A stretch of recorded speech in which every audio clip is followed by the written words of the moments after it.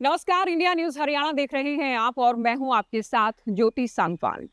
आज के हमारे खास कार्यक्रम के जो खास मेहमान हैं, हरियाणा की सियासत के दिग्गज हैं, कांग्रेस के वरिष्ठ नेता हैं, पूर्व में केंद्रीय मंत्री रहे हैं, कई बार के सांसद रहे हैं, दमदार और दबंग नेता हिसार से कांग्रेस सांसद जयप्रकाश जेपीडी हमारे साथ हैं। बहुत स्वागत है आपका इंडिया न्यूज हरियाणा पर। धन्यवाद जी। जयप्रकाश जेपीडी, आपसे बहुत सारे विषयों पर हम बात करेंगे। आपकी पार्टी को लेकर भी बात होगी, हरियाणा सरकार को लेकर भी बात होगी, आपके पूरे राजनीतिक सफर पर भी बात होगी। शुरुआत वर्तमान में जो हरियाणा की सियासत के मुद्दे हैं, सरकार का कामकाज है, उससे हम करते हैं। कैसा काम कर रही है सरकार? सरकार वो कहते हैं ना, जैसे मैथ में नंबर पढ़ते थे, कहता निकम्मा होता था तो उसको 0/0। हरियाणा सरकार 0/0। अगर मैं आज सुबह की बात कहूँ, कानून व्यवस्था स्थिति बिल्कुल चौपट हो चुकी, खत्म। एक डेड बॉडी मिलती है अटैची में, कैथल में, एक डेड बॉडी मिलती है कुरुक्षेत्र में।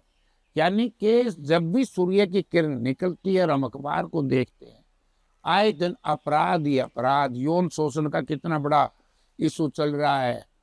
कागसर गांव में बीएससी नर्सिंग की लड़कियों को लेकर के उस पर जिस तरीके का मामला आरोप उन्होंने लगाए मैनेजमेंट पे, उस पर कोई एक्शन नहीं, अपराधियों पे कोई नकेल नहीं, कोई कंट्रोल नहीं, बेरोजगारी चरम सीमा पर है। यानी कि मुझे बड़ा आश्चर्य हुआ कि एचपीएससी में इंग्लिश के अंग्रेजी के असिस्टेंट प्रोफेसर अभी लिस्ट आउट हुई है, उसमें डीएससी का भी एक ही आया पास हुआ है, और अपना एससी का एक, जो जर्नल पास हुए हैं वो कुछ, बाकी सारे बाहर के। असिस्टेंट इंजीनियर तो है ही 90% बाहर के। यानी कि बेरोजगारी चरम सीमा पर हरियाणा में, और बाहर के लोगों को यहाँ पर भर्ती किया जा रहा है। हरियाणा प्रदेश के लोगों को क्या दे रही है सरकार? कितनी इस सरकार की निकम्मी सोच है कि हरियाणा प्रदेश में हरियाणवी नौजवानों को यहाँ से रोजगार के लिए विवश कर दो, बाहर जाने के लिए, विदेश जाने के लिए। यानी कि डी ग्रुप, और डी ग्रुप की जब वैकेंसी निकालते हैं मैडम, तो डी ग्रुप के अंदर जब इंजीनियर आ जाएंगे, आपके पीएचडी स्कॉलर आ जाएंगे, जीआरएफ के स्टूडेंट आ जाएंगे, एमए एमएससी आ जाएंगे, तो बताओ मैट्रिक और +2 जिसके लिए नौकरी बनी थी, तो वो कहाँ जाएंगे बच्चे? उनको compete नहीं कर पाएंगे। उनका तो कैलिबर के हिसाब से वो नौकरी ठीक नहीं, और जिनको मिलनी चाहिए उनको वैसे नहीं मिल पाएगी। यानी कि हरियाणा प्रदेश के हर पढ़े लिखे नौजवान के साथ ये सरकार बड़ा अन्याय कर रही है, जिसको देसी भाषा में जुल्म कर रही है। अच्छा, बेरोजगारी, कानून व्यवस्था। अब आ जाओ किसान की बात। हरियाणा प्रदेश के मुख्यमंत्री कहते हैं हमने 24 चीजें एमएसपी पे खरीद रही। मैं आपके चैनल के माध्यम से खुली छूट देता हूं हरियाणा सरकार के, विशेष तौर से कृषि मंत्री, जिसकी सब कुछ जिम्मेवारी है खेती, अगर 1% धान भी एमएसपी पे बिका हो, किसी भी मंडी में, मैं उचाना की मंडी में गया, कलैत की मंडी में गया, उकलाना की मंडी में गया, बरवाड़ा की मंडी में गया, हर जगह हम गए, हर जगह हम देख रहे हैं।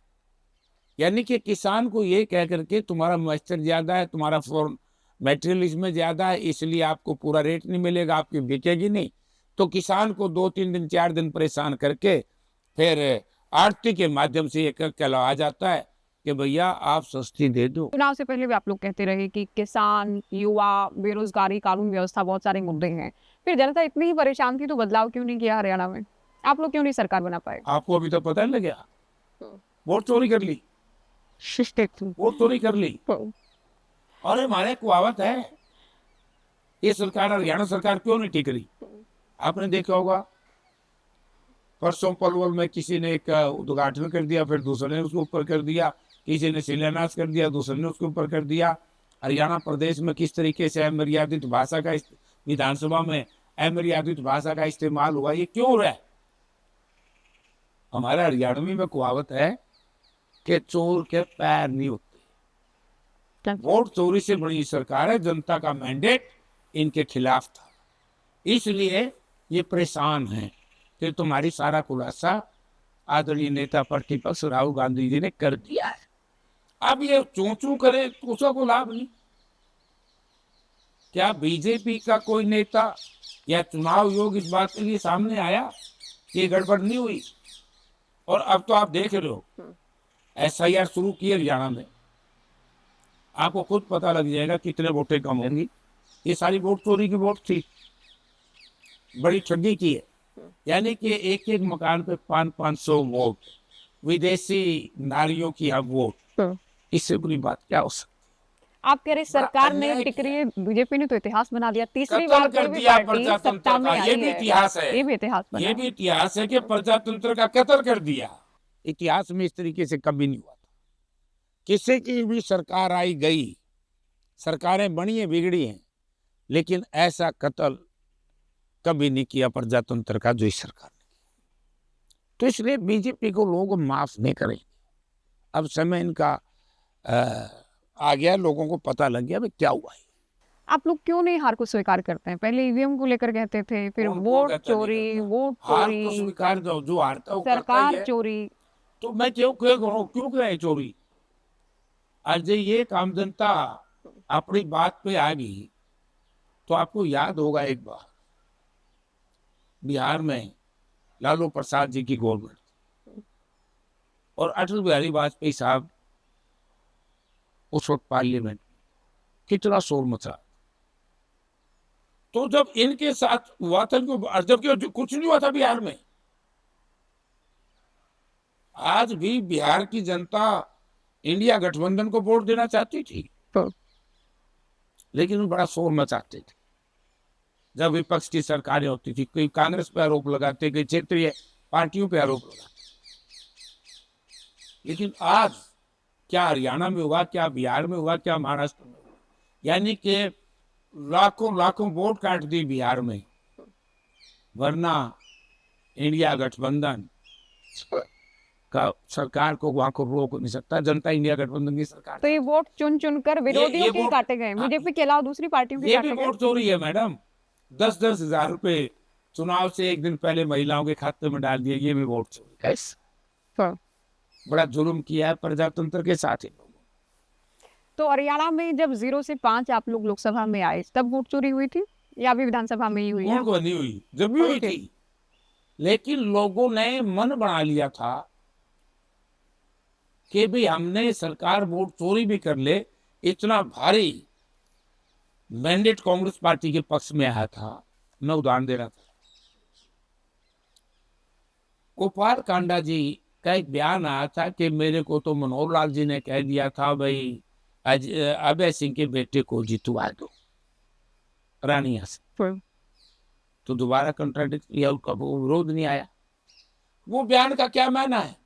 इसका मतलब जो ये हरियाणा की क्षेत्रीय पार्टियां हैं, वो वोट चोरी में जो वोट लेते हैं वो भी उन्हीं का पेरोल पे काम करते हैं, सरकार के, बीजेपी के।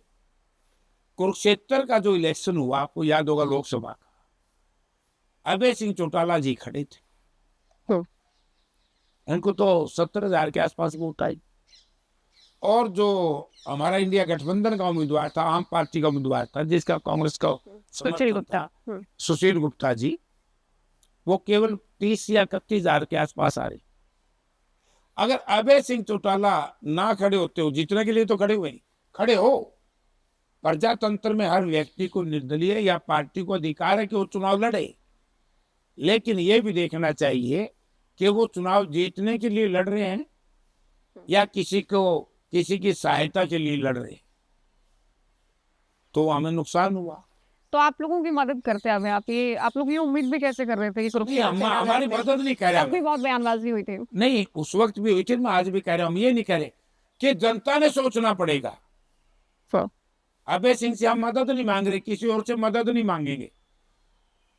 जनता ने सोचना चाहिए कि जो बीजेपी के लिए काम कर रही है पार्टियां वोट काटने के लिए, वो भी वोट चोरी का काम है, उनसे सावधान रहना चाहिए।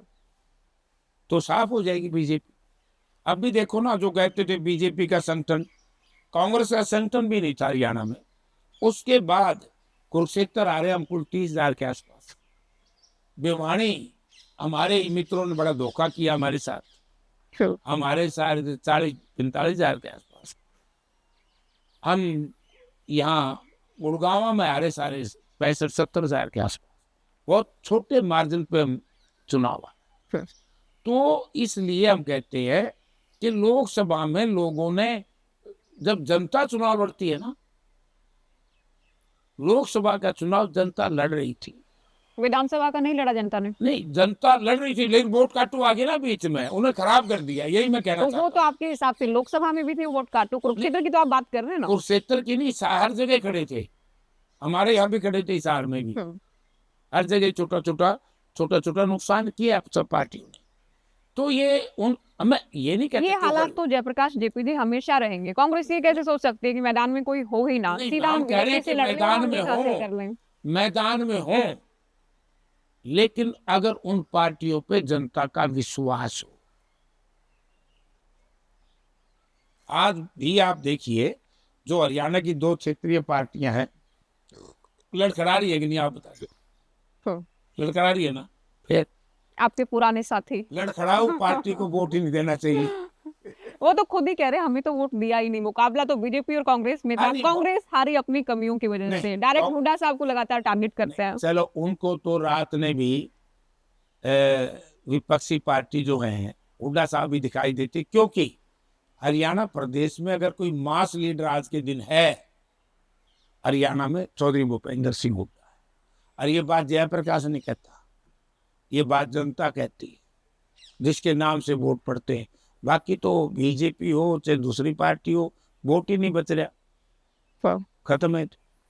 मास लीडर हैं हुड्डा साहब, लगातार 3 बार से उनकी अगुवाई में कांग्रेस क्यों हारते हैं?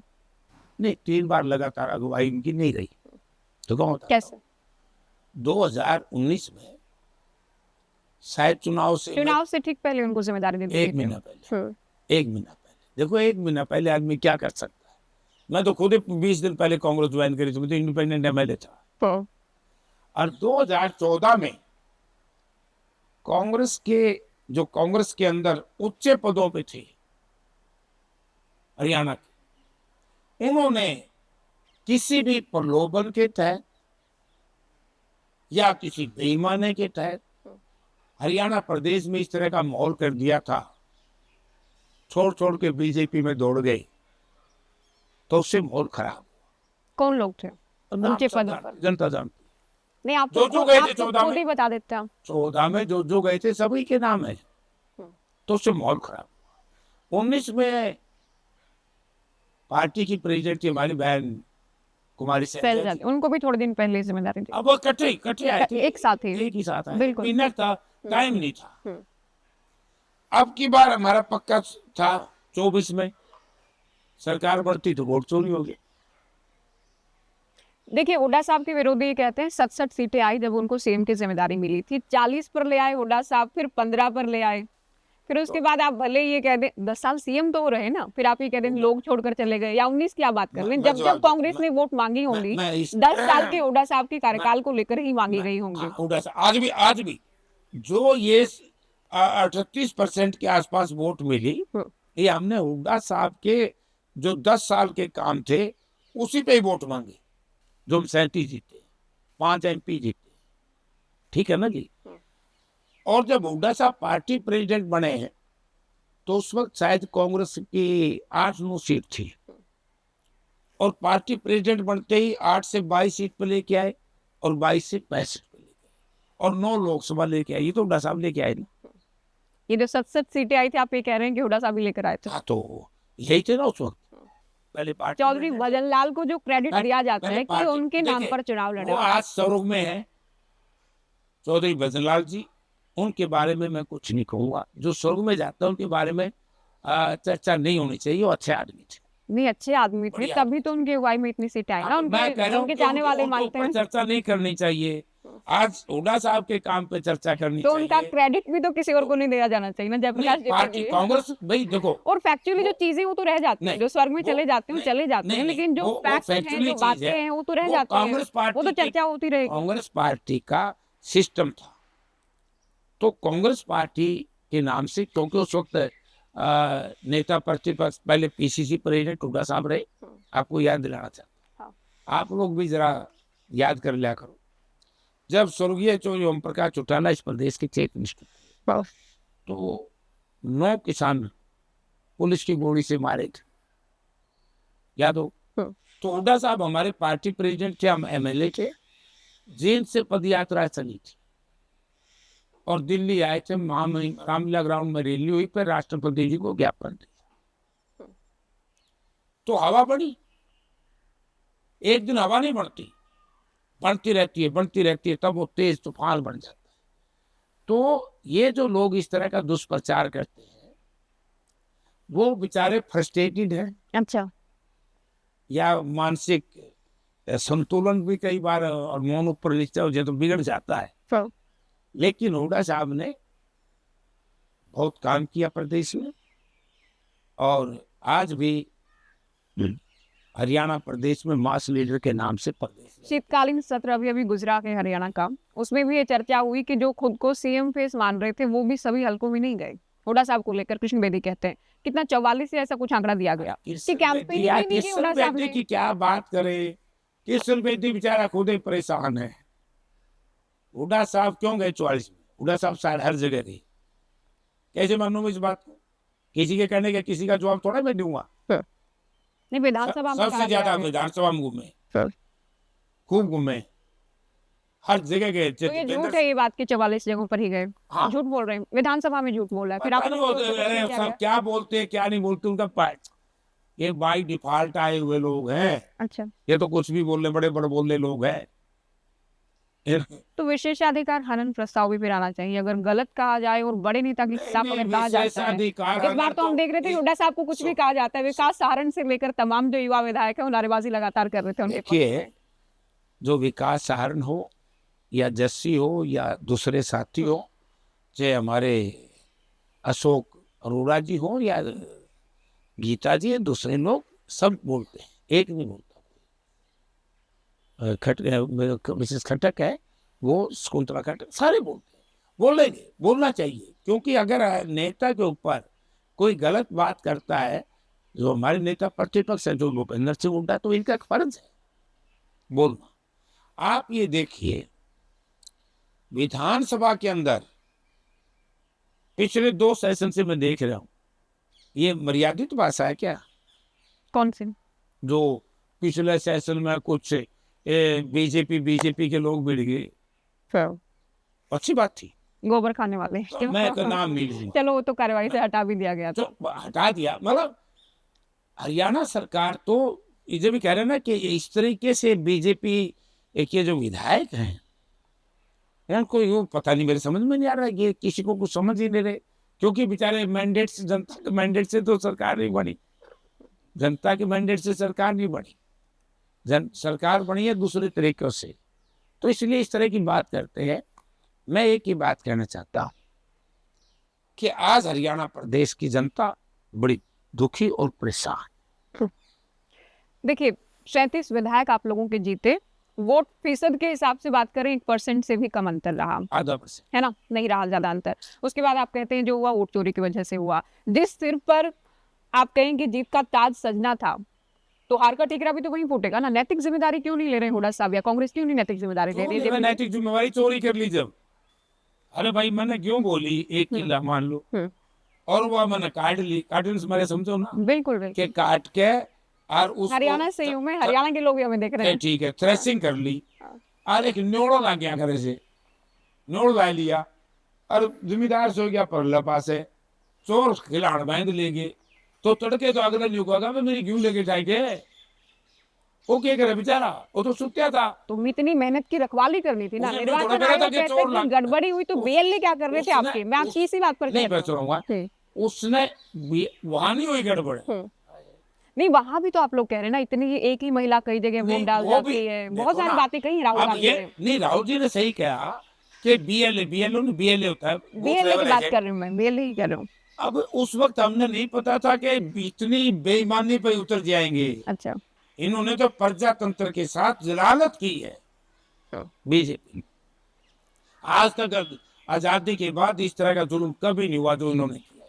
ठीक है, आप ये कह रहे हैं हुड्डा साहब एक किसान है, मेहनत से फसल उगाई, उनके गेहूं रातों रात चोरी कर लिए। हमारे वोट चोरी कर लेके हैं, जब तो आप देखना कितनी अमरदीप भाषा का इस्तेमाल कर रहे हैं। आप लोग इतना परेशान है, बेचारे कैसे बन सकते परेशान हैं? है। जयप्रकाश जेपी तो कैसे बन सकते हैं? हरियाणा की सियासत में 3 लाल हैं, तीनों लालों के जो परिवार हैं, उन तीनों लालों के खिलाफ सबसे ज्यादा दबंगई से कोई बोलता है, जयप्रकाश जेपी जी बोलते हैं। क्यों है ऐसा? नहीं, मैं किसी के खिलाफ नहीं बोलता, मैं सैद्धांतिक बात करता हूँ, अन्याय के खिलाफ लड़ा हूं। देखिए, मैं लोभ लालच में कभी दबा नहीं। अब अगर कोई भी व्यक्ति, मैं किसी की, मुझे कहा कि जेपी पार्टी बदलता है, बिल्कुल, इस पर भी हम आएंगे। ठीक है ना, मैं पहले बता दूं। अभी तो 3 लाल की बात कर रहे हाँ, हैं। 3 लाल। लोकदल में आप रहे, चौटालाओं के खिलाफ सबसे ज्यादा बयानबाजी आप करते हैं, लोकदल में ही थे। मैं किसी के भी खिलाफ नहीं करता। अच्छा, जब वो जुल्म और ज्यादती करते हैं, आप ये बताइए, आप ही मन छोड़िए कि मैं लोकदल में था, लेकिन लोकदल मैंने लोभ लालच में छोड़े। जैसे आज के नेता 2014 में कई लोग तो छोड़े कांग्रेस और वो बीजेपी में गए। टिकट नहीं मिला तो आपने भी देखी निर्दलीय लड़ लिया था। अभी मैं आऊंगा ना बात, हाँ, उस पर भी अब आएंगे। उस पर आऊंगा।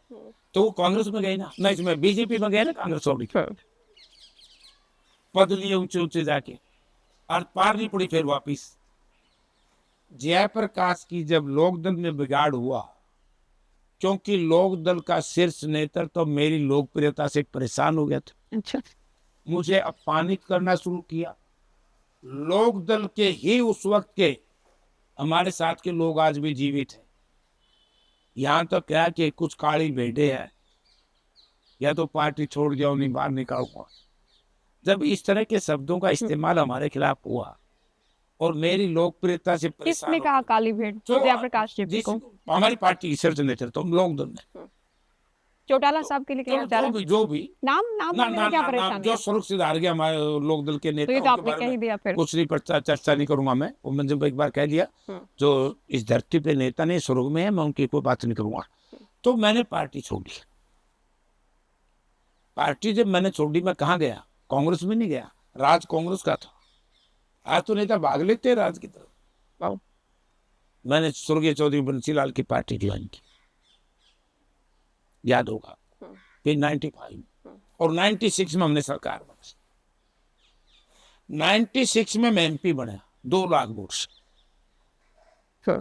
तो वो तो चुनाव करीब थे, आपके लिए ये भी कहा जाता है कि आप हवा भांप लेते हैं कि क्या माहौल चल रहा है। जब तो हवा खराब थी, हरियाणा विकास पार्टी तो हवाई हवाई लोग सरकार तो बना ही ली थी 96 में। फिर सरकार जब बनी ना, पहले उसे एक साल पहले तो नरवाना बाई इलेक्शन में, नरवाना बाई इलेक्शन हुआ था, जिसमें स्वर्गीय चौधरी ओम प्रकाश चौटाला जीते थे।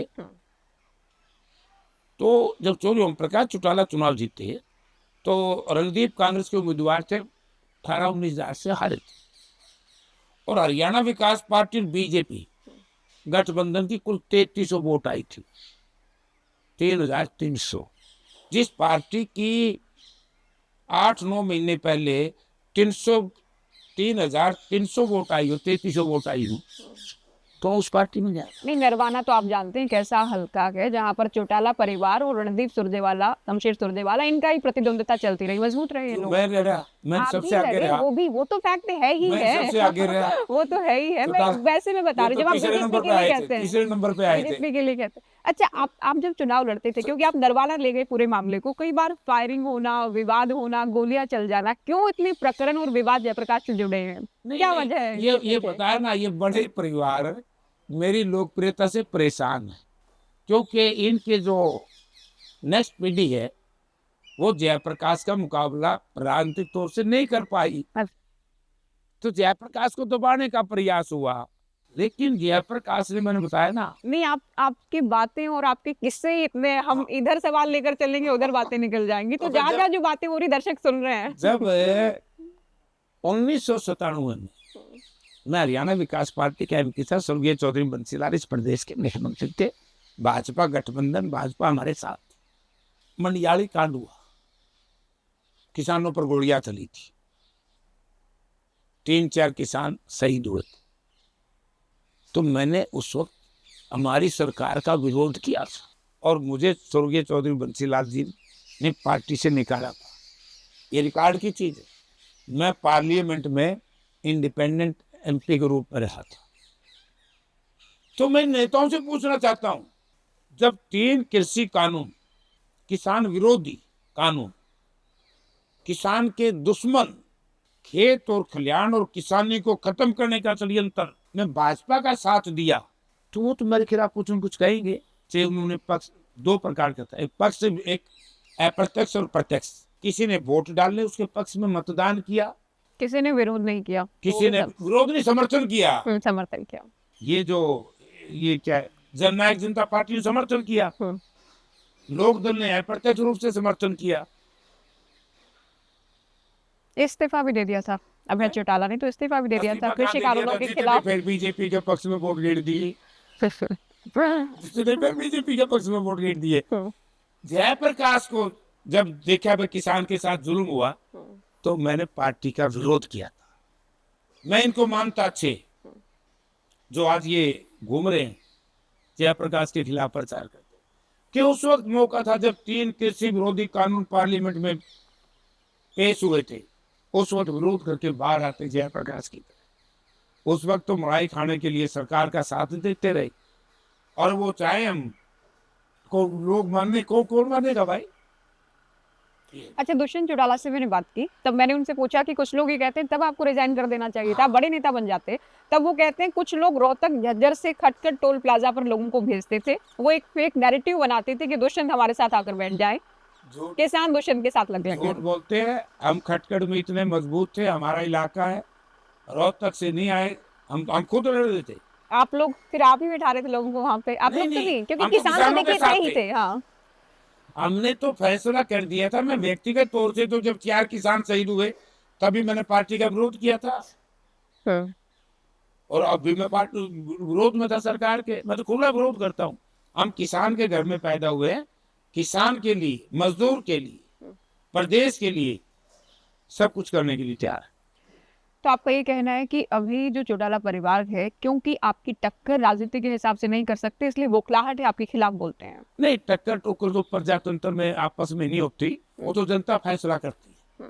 प्रजातंत्र में कोई किसी से जीतता नहीं, कोई किसी से हारता नहीं, प्रजा फैसला करती है, मतदाता फैसला करते हैं कि मतदाता क्या है।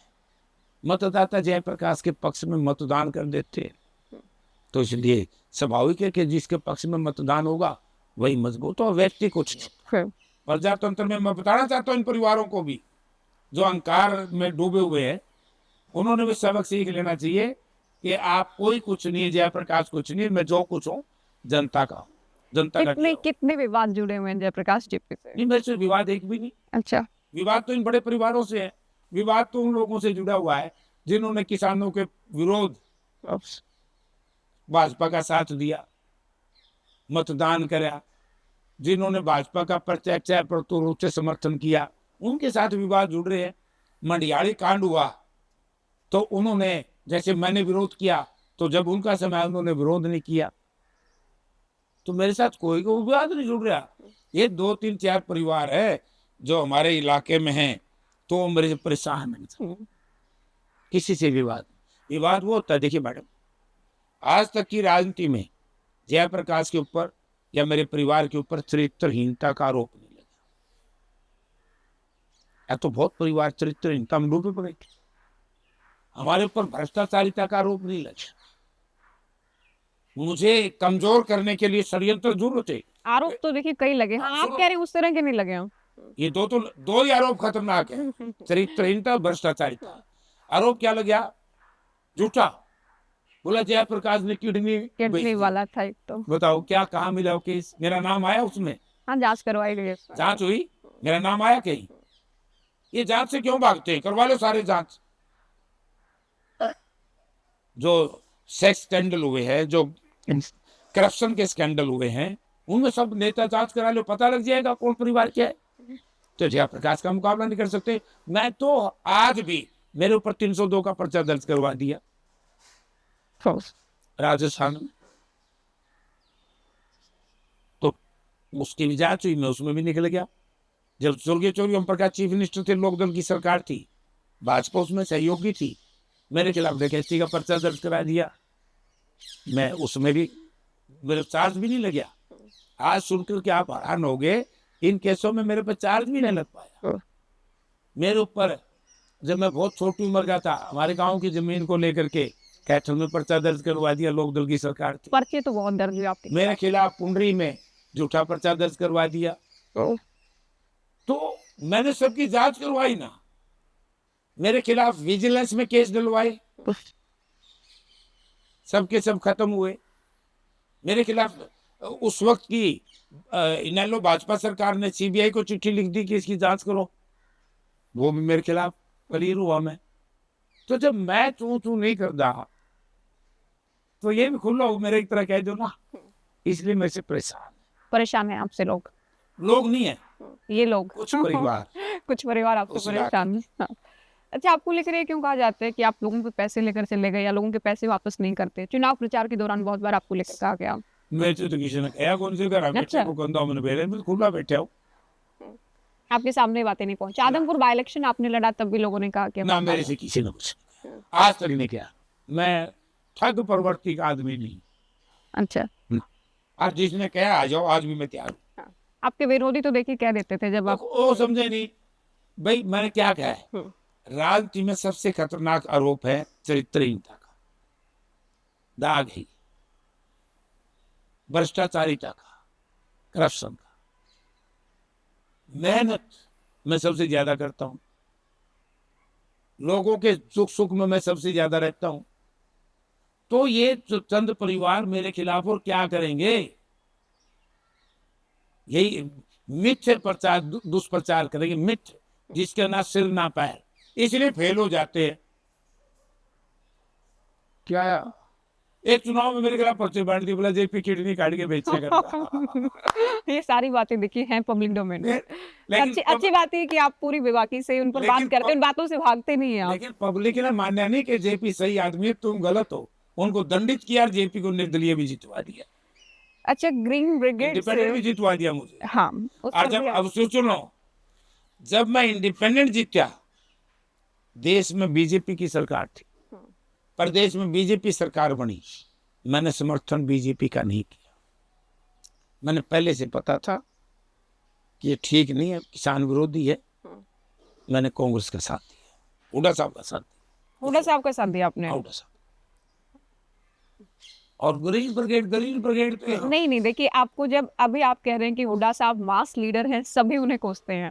2014 में आपकी टिकट कटी, आप कलायत से आपने इंडिपेंडेंट चुनाव लड़ा, आपकी ओर से भी खूब बयानबाजी तो की जाती थी हुड्डा साहब के खिलाफ। आप जो अब हुड्डा साहब के हनुमान बनते हैं, 2014 में जब आपको टिकट नहीं मिला तब आपकी ओर से भी बयानबाजियां खूब की गई थी हुड्डा साहब के खिलाफ। नहीं, मैं तो अब आप डिनाई कर रहे हैं हुड्डा साहब के खिलाफ मैं कभी नहीं बोला। मैं यह बात जरूर कही कि कुछ कांग्रेसियों ने मेरे साथ बड़ा अन्याय किया, लेकिन वो धराशायी कर दिए लोग। अब आप बात को घुमाइए नहीं। देखिए, लोगों की याददाश्त कमजोर नहीं है, याददाश्त बहुत बढ़िया है लोगों की।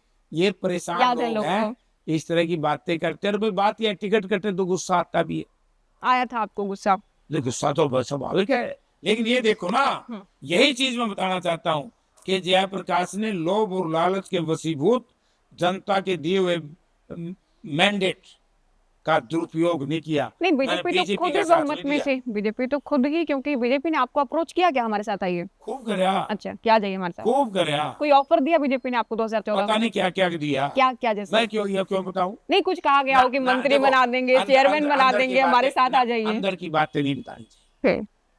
तो आप कह रहे हैं टिकट कटेगी तो दर्द होगा ही। फिर भिवानी महेंद्रगढ़ में श्रुति की टिकट कटती है तो किरण जो बयानबाजी करती है या उन्हें जो दर्द होता है, वो जायज कैसे नहीं है? फिर वो तो उनकी बात उन्हीं से पूछो।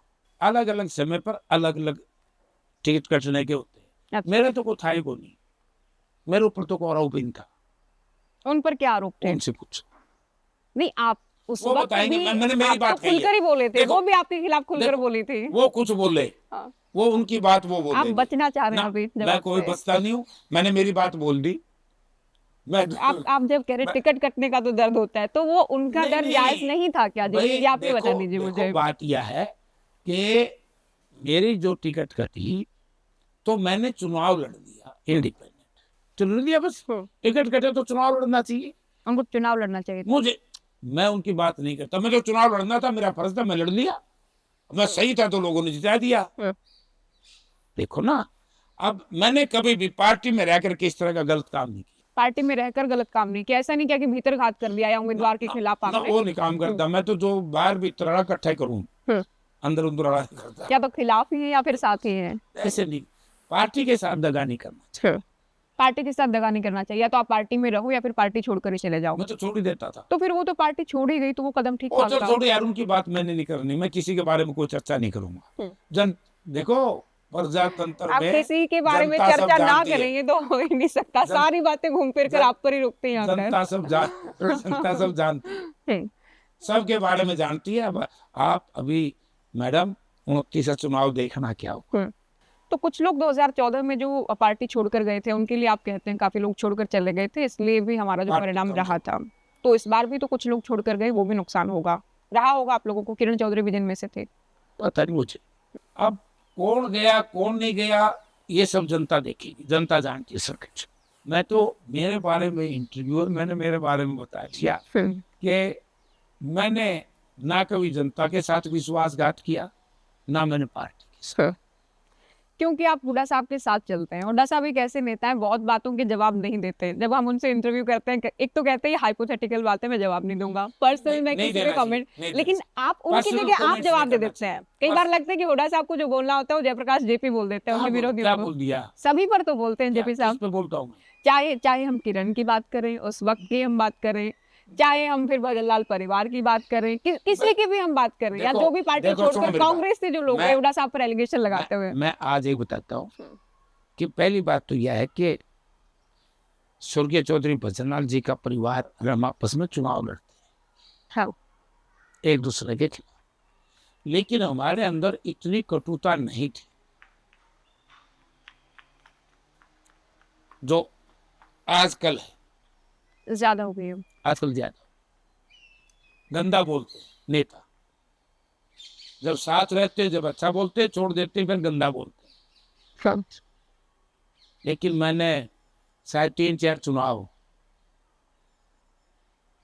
3 तो पक्के लड़े हैं, 3 स्वर्गीय 4 स्वर्गीय चौधरी भजनलाल जी के परिवार के खिलाफ, उनके खिलाफ भी लड़ा, चौधरी भजनलाल 2009 पहले। लेकिन हमने छोटे शब्दों का इस्तेमाल कभी नहीं किया, अब ज्यादा कटुता आ गई है। और ना आज करते। अब तो माल खान का टाइम, वो कहते हैं ना कि परोसा खावे बांदरी, डंडे खावे रीछ, वो कहावत लोगों ने कह इसमें दी है। बांदरी कौन है, रीच कौन है? ये एक कहावत है, इसमें रीछ और हाँ, बांदरी नहीं, जिस संदर्भ में आप बात कर रहे हैं। ये तो कहावत है। मतलब ये है कि जब आप किसी के साथ हैं, आप किसी से अलग हो रहे हो, तो अब बहुत से ऐसी पर्सनल बातें आपस में होती है, मैं किसी के बारे में नहीं बोलता, व्यक्ति पॉलिटिकल। आज आप कहाँ हो, किस पोजीशन में हो, अपनी बात कहो भैया, आप क्या थे। अगर मैं बहुत बड़ी बात डींग आंकूंगा तो लोगों ने भी तो पता है ना बीजेपी क्या है। तो बड़ी बड़ी बातें किसी ने भी, अहंकारी बातें प्रजातंत्र में और अहंकार में अहंकार नहीं करना चाहिए। नहीं करना चाहिए। बिल्कुल ठीक कह रहे हैं आप। लेकिन देखिए, जब चुनाव परिणाम को लेकर हम बात करते हैं, क्योंकि सबसे बड़ा मुद्दा वो आप तो लोग इसी से उठा रहे हैं। लाग जाए पटपीट मेरे खिलाफ भले आदमियों, हाँ, ये लोग हैं, लोग फैसला करें। वही पट पीटने वाली बात किसके लिए कही? ऐसा नहीं कि कुछ कह लो फिर थोड़ा सा नहीं, छुपा लो, लोग थोड़ा सा ऐसे ना बताओ। आपस में, मेरे बारे में नहीं है, हाँ, उनमें आपस में ही। हाँ। मैं एक पूरे परिदृश्य की बात करता हूँ। चलिए, आप सैद्धांतिक बातें कर रहे हैं कि ऐसा आपस में। नहीं होना चाहिए, ऐसा होना चाहिए। ऐसा नहीं होना लेकिन जो हो रहा है हम तो उस पर बात करेंगे ना, व्यवहारिक जो चीजें चल रही हैं। अब चाहिए। मेरे गले हुड्डा- किसी का कुछ नहीं हो रहा, सब शांति से बैठे। चलिए, वो तो बातें आएंगी अभी इंटरव्यू में। हुड्डा साहब को लेकर ठीक है, बीजेपी निशाना साधे समझ में आता है, इनेलो भी निशाना साधती है कि हुड्डा साहब की वजह से कांग्रेस हारी हरियाणा में। इनेलो ठीक से नहीं बांटी हुड्डा साहब ने, बीजेपी से सेटिंग कर ली। इनेलो ठीक कह रही है कि उनको बेचारा का काम, उनकी पार्टी का काम रुक गया। एक जमाना था कि मुख्य विपक्षी दल या सत्ता पक्ष कांग्रेस और इनेलो का था, बीजेपी इनके जूनियर पार्टनर। तो उसमें कुछ भी नाम रहा, जनता दल भी रहा, कई नाम रहे, लेकिन जब भूपेंद्र सिंह हुड्डा 91 में लोकसभा चुनाव जीते तो उसके बाद इनेलो का ग्राफ घटता गया और घटता घटता लड़खड़ा गया। तो इसलिए वो तो इन्हीं को बोलेंगे ना, इन्हीं को बोलेंगे ना। अब मान लो जिनको मैं राजनीतिक तौर से कमजोर करता हूं, जिन पार्टियों को, जिन आदमियों को, तो स्वाभाविक है तो मेरे खिलाफ बोलेंगे। तो हुड्डा साहब ने कमजोर किया इनेलो को, इसको को दोहराएंगे। तो धीरे धीरे धीरे धीरे अब वो बिल्कुल लड़खड़ाएगी पार्टियां, लड़खड़ाया वो आदमी किसी को तो कुछ बोल रहे। हुड्डा साहब पर जो बीजेपी की मिलीभगत के आरोप लगते हैं उन पर क्या मेरे कहते हैं? हुड्डा साहब पर, भूपेंद्र हुड्डा साहब हुड्डा तो को मिली- कभी इनेलो बीजेपी का एजेंट बता देती है उनको, इनेलो तो कभी कहते हैं ईडी के डर से वो इस तरह की या तो देखो बीजेपी से मैं- मिलीभगत कर सुनो, लेते हैं। मैं आपको बताता हूं। चौधरी भूपेंद्र सिंह हुड्डा एक ऐसी परिवार से है जो आर्य समाजी परिवार, हाँ, स्वतंत्रता सेनानी परिवार है, जिनके दादा ने 1923 में स्वर्गीय चौधरी माथुराम जी नारी शिक्षा को बढ़ावा देने का प्रयास किया, छुआछूत का जहर मिटाने के लिए संकल्प किया। इनके पिताजी ने, शायद अगर मैं गलती पे ना हूं, शूट एट साइट की, मतलब एक उम्र में 2 बार किसी के ऑर्डर हुए तो स्वर्गीय चौधरी रणबीर सिंह, वो भी कभी नहीं रहे। छोटे छोटे बच्चों को छोड़ करके जो हमें बताया गया, क्योंकि जब मैं एमपी बनकर के आया था, स्वर्गीय चौधरी रणबीर सिंह चुनावी राजनीति से संन्यास ले चुके थे, लेकिन वो बताते थे कि जयप्रकाश 89 में कि मैं जाड़ के ऊपर पड़ा रहता था, लेटा रहता था मतलब, और कोई बेचारी खेत में रोटी किसी आड़ी की लेती थी, उसमें 2 रोटी लेके मैं खा के गुजारा करता था। ये उस खून का बना हुआ, तो हुड्डा साहब डरने वाले तो नहीं है। उस खून का बना हुआ है। अब देख लो कितना इनके नसों में किसका खून। तो ये बेकार बात करने से कोई लाभ नहीं होता। अगर बीजेपी से साठगांठ होती तो ये 8-8 मुकदमे क्यों दर्ज होते? साठगांठ तो उनकी है जिनके मुकदमे का फैसला ही नहीं हो रहा। जो जो वो तो छोड़ के भाज गए, समर्थन कर दिया, भाज गए। हुड्डा साहब कांग्रेस में थे, कांग्रेस में हैं और कांग्रेस में रहेंगे। टिकट आवंटन ठीक हुआ था 2024 में ना ठीक तो कोई गड़बड़। जो जीते ये तो कोई टिकट ठीक मिलेगी, जो हार गए वो टिकट कर दिए नहीं। टिकटें ठीक थी और सारी टिकटें बढ़िया थी। वोट चोरी से हमारे हैं, दूसरा कोई कारण। कुमारी सैलजा की नाराजगी से नुकसान पहुंचा आप लोगों को? मुझे क्या पता, आप ऐसी बातें हमसे पूछते हो। हाँ, वो हमारी पार्टी की वरिष्ठ नेता नेता हैं। सेक्रेटरी हैं, उनके बारे में मैं आपको क्यों बताऊं? अच्छा, अच्छा कॉन्फिडेंशियल रखोगे? तुम्हारे अच्छा, एक बात बताओ जेपी साहब, हमारे समझो पार्टी की बात, पार्टी का परिवार होता है। हाँ। एक बात बताओ, जो ठीक है, जो बंद दरवाजों में आप लोगों की मीटिंग हो गई, आप लोगों, ठीक है, बंद दरवाजों में कोई मीटिंग हो गई, पार्टी प्लेटफॉर्म पर कोई बात हो गई, जो बात पहले से ही पब्लिक डोमेन में है, पब्लिक डोमेन में जिस कुछ पर नहीं है। सारी बयानबाजियां ना, हो ना, चुकी ये है, तो- उसको जयप्रकाश जेपी छुपा पाएंगे? ये तो वैसे ही हमारे साथ ठगी करते हैं बीजेपी वाले, बात का बतंगड़ बनाने में मास्टर है, झूठा प्रचार करने में मास्टर है। अब ये देख लो ना, किस बीजेपी की फिर आपने बात छेड़ दी। इन्होंने कहा लाडली योजना, 2100 रुपये देने की बात की लाडो थी। लक्ष्मी योजना। लाडो लक्ष्मी, आप पहले तो कुमारी लाडली के फिर सैलजा से लाडो सवाल लक्ष्मी को कर ले जा दी। रहे हैं लाडो लक्ष्मी योजना पर। देखिए, दलितों के अपमान की तो एक बात ऐसी फैली जिससे नुकसान तो आप लोगों को हुआ था। नहीं, बीजेपी ने फैलाई थी, और बीजेपी ने फैलाई थी। जैसे अब है ना हमारी वोट चोर गद्दी छोड़ के खिलाफ रैली थी ना, बीजेपी के मेंबर पार्लियामेंटों ने वहां समय नड्डा साहब ने रोड़ा कर दिया पार्लियामेंट में कि भाई नारे लगे, नारा था क्या, कुछ ऐसा नारा था। तो हमारी पार्टी ने क्या कि मंच पे इस तरह का कोई नारा तो दिखाइए। बोला बाहर कोई लगा रहा था, पदाधिकारी थी राजस्थान से, नहीं झूठ बोलते हैं। पदाधिकारी थी राजस्थान जो से। मैंने बाहर रणदीप को- सुरजेवाला से भी सवाल पूछा, बाहर पीएम नरेंद्र मोदी को बाहर कोई लगा रहा था, बाहर की जिम्मेवारी हमारी नहीं है। ऐसे ही नारनौंद के अंदर बीजेपी का यू कार्य करता था, बीजेपी के ही लोगों ने वो मैनेज किया था, जो हमारी बहन कुमारी शैलजा जी के खिलाफ इस तरह के अपशब्दों का इस्तेमाल किया। उसी वक्त हमने समय भी, हमारे नेताओं ने भी, सब ने उसको कंडेम किया था। इवन जस्सी जो उम्मीदवार था, हमने सबने कंडेम किया। और चुनाव जीतने के बाद जब जस्सी जीत गया, वो सारी बात खुल के सामने आ गई। तो ऐसे ही ये मास्टर है, वही तो कह रहे हैं, बात का बतंगड़ बनाना में ये बीजेपी वाले मास्टर है भाई। अब इनका जवाब जनता देगी, क्योंकि जनता इनसे त्रस्त हो चुकी।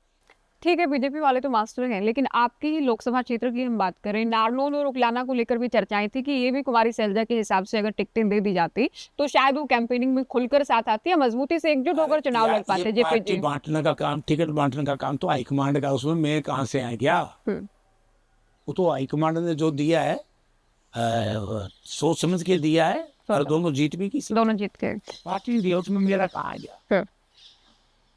क्योंकि आप सांसद हैं वहां से, और वहां से कैप्टन अभिमन्यु आपको लेकर इन दिनों जिस तरह की बयानबाजी कर रहे हैं, जस्सी को लेकर कि गुरु चेले इनमें अहंकार आ गए।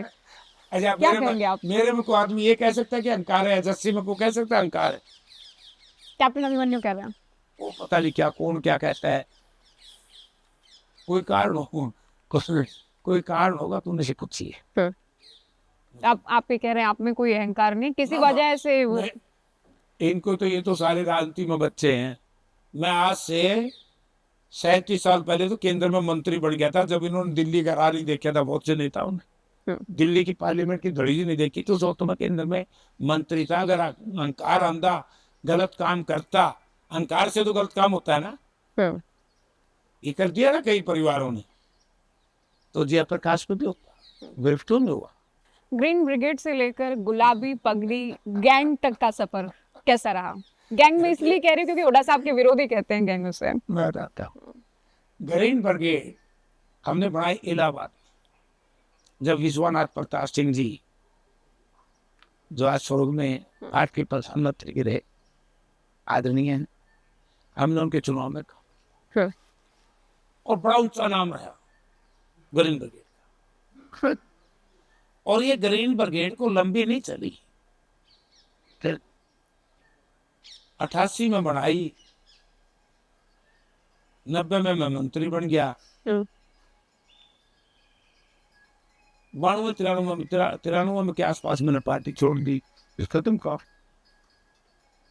बहुत बढ़िया था। ये जो आज बीजेपी और ये जो आज के लोग दल या लोग दल से निकले हुई पार्टी, निकले हुए लोग, ये सारे तो ग्रीन ब्रिगेड में थे। लेकिन चेहरा आप थे कहीं ना कहीं ग्रीन ब्रिगेड का। हाँ। अच्छा, मैं के चेहरा था, मैं युवा जनता दल का प्रेसिडेंट था उस वक्त, अगवानी कर रहे हरियाणा का।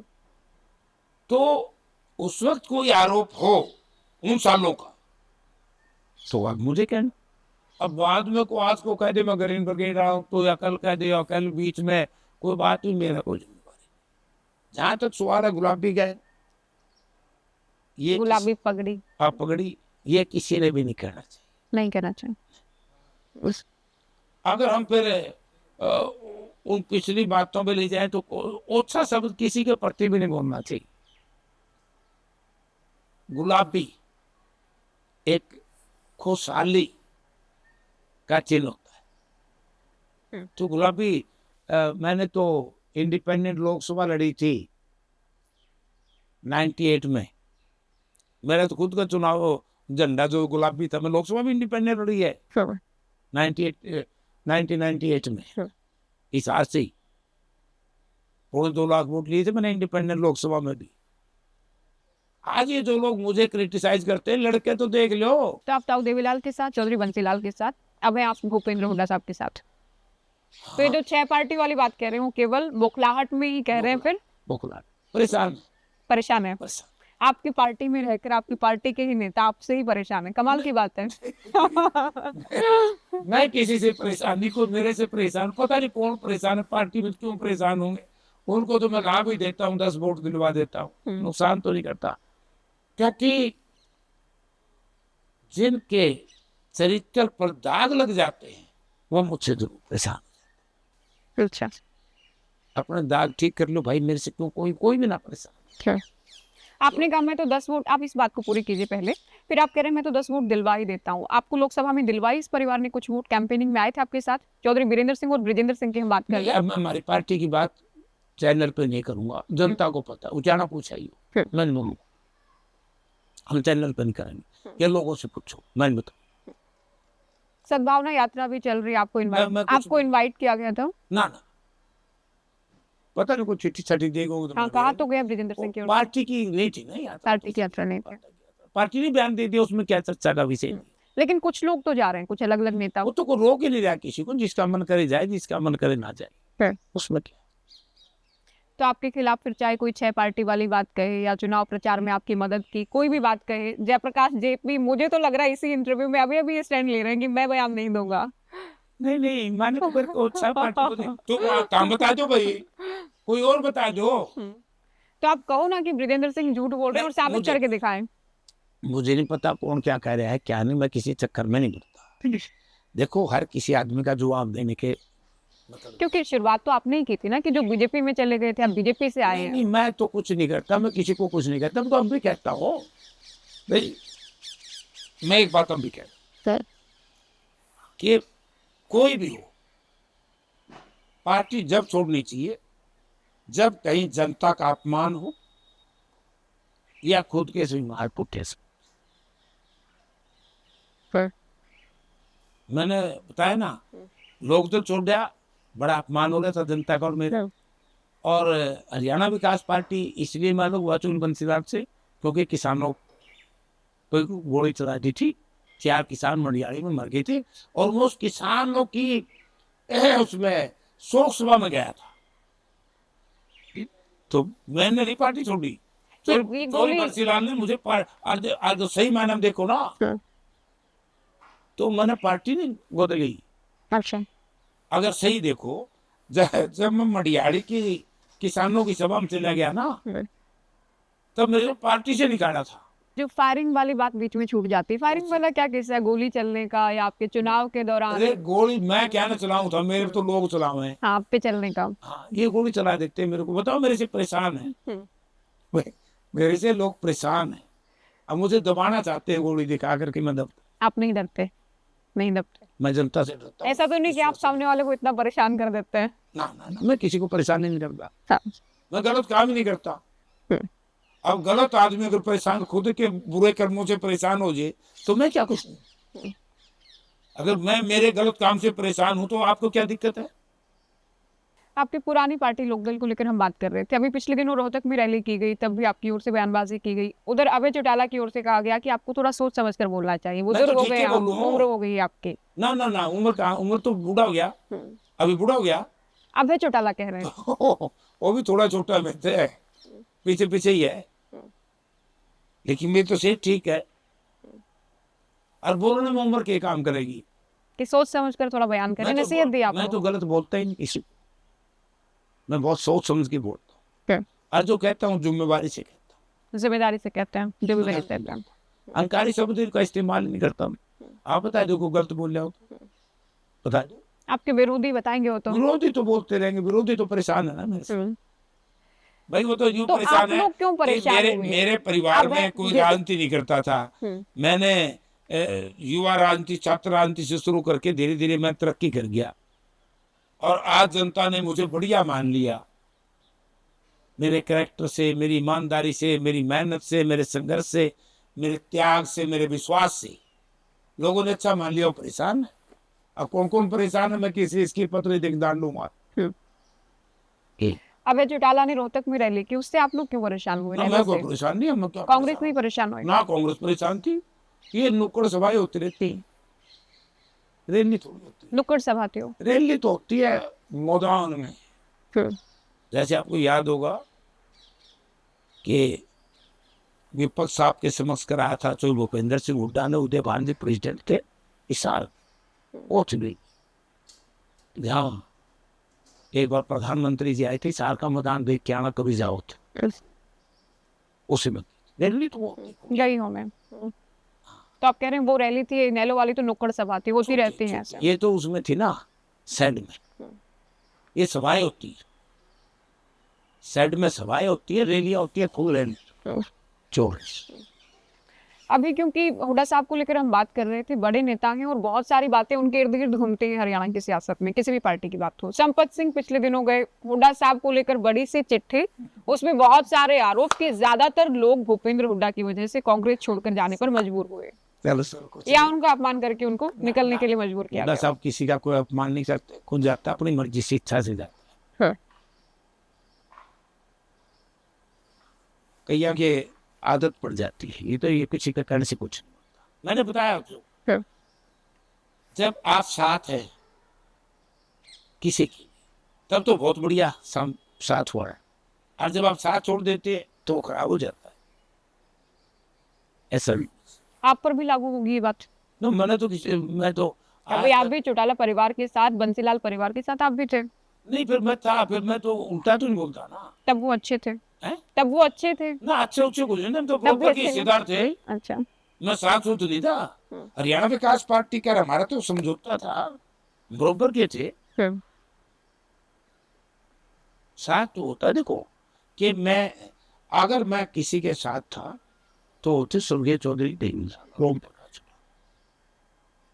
जो चौधरी लाल और ओम प्रकाश चौटाला ने उस वक्त लेकर गया।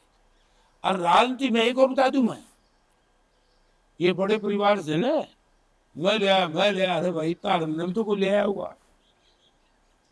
अगर मान लो मैं बहुत बड़ा नेता हूं, मैं अकेला तो नेता नहीं बन सकता, और भी तो साथी चाहिएंगे ना साथ, और मजबूत साथी होंगे तो नेता बढ़ेगा, बगैर मजबूत साथियों के नेता क्यों बढ़ेगा? तो मैं ऐसा क्यों छांटिया फिर पूरे हरियाणा में कि मुझे लेके आई?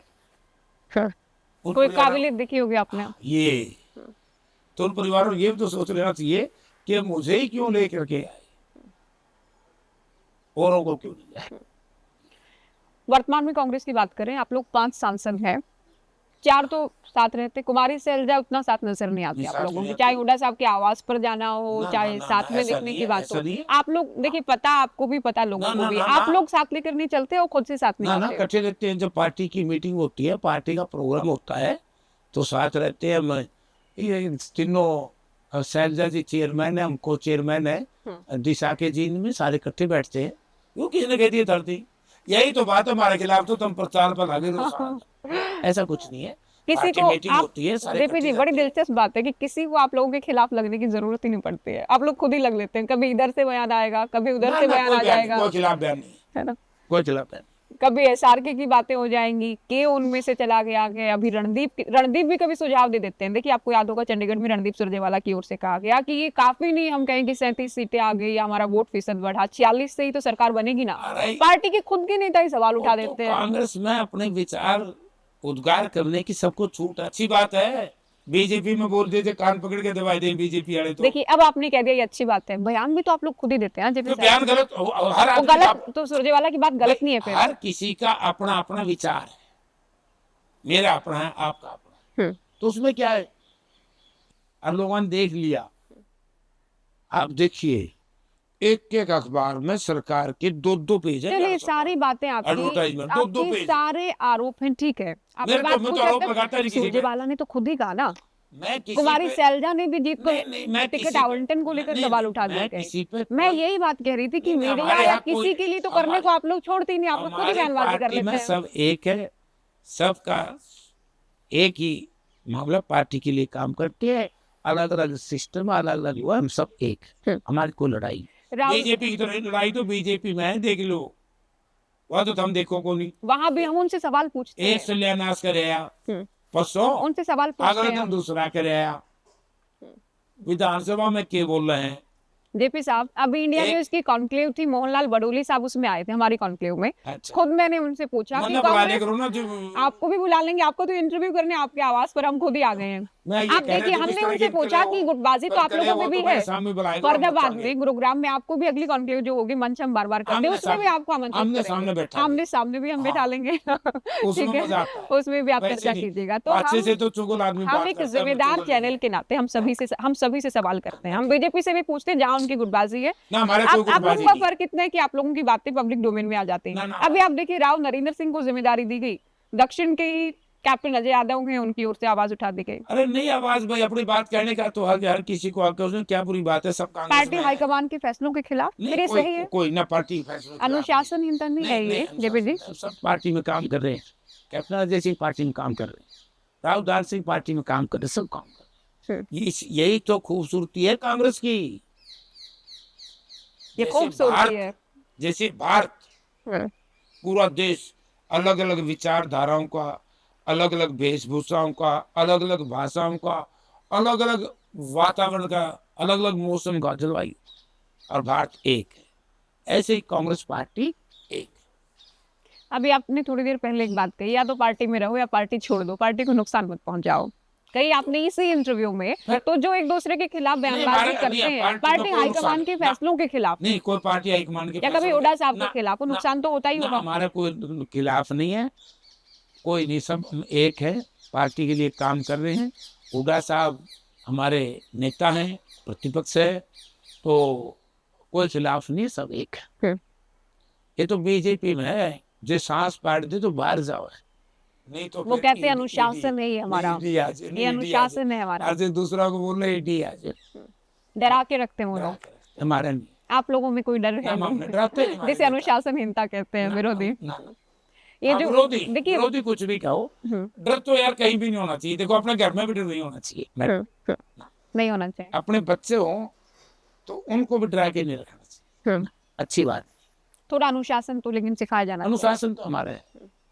देखिए हालात तो ये भी हुए कि जो बोर्ड्स लगाए जाएं, होर्डिंग्स लगाए जाएं, पोस्टर लगाए जाएं, उनमें इन नेताओं की फोटो तो लगी ही लगी, मैंडेटरी किया गया। तो राव नरेंद्र सिंह की ओर से किया गया, छोटे चक्रों में प्रदेश अध्यक्ष का फैसला, हमारे पार्टी छोटा प्रेसिडेंट चक्कर है है तो ये। फिर डिस्ट्रिक्ट प्रेसिडेंट से पूछो, मैं को डिस्ट्रिक्ट प्रेसिडेंट थोड़ा ही हूँ।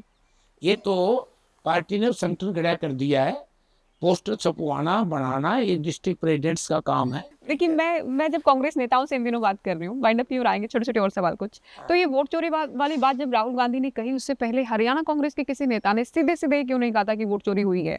और राहुल गांधी को 1 साल बाद क्यों पता चला कि वोट चोरी हुई है? नहीं, बहुत सी बातें कहते हैं, लेकिन एक डेफिनेशन वोट चोरी, आप बता दीजिए किसने बयान दिया? पहले तो नहीं कही। वोट चोरी किसने कहा? चौधरी भूपेंद्र सिंह हुड्डा की पहली प्रेस कॉन्फ्रेंस में दीपेंद्र सिंह हुड्डा जो हमारे ऑनर सांसद हैं, उन्होंने कहा तंत्र की जीत है, ये लोकतंत्र की नहीं, ये तमाम बातें कही गई। तंत्र वही, और क्यों है, ये तंत्र की जीत थी। तो आप ये कह रहे हैं वही वोट चोरी थी जो राहुल कह रहे हैं, वो बातें कुछ अलग नहीं है। देखो हम राहुल जी उसमें लगे हुए थे, रिसर्च कर रहे थे, बल्कि ये मानना चाहिए दूसरे नेताओं ने भी कि किस तरीके से वोट चोरी पकड़ी।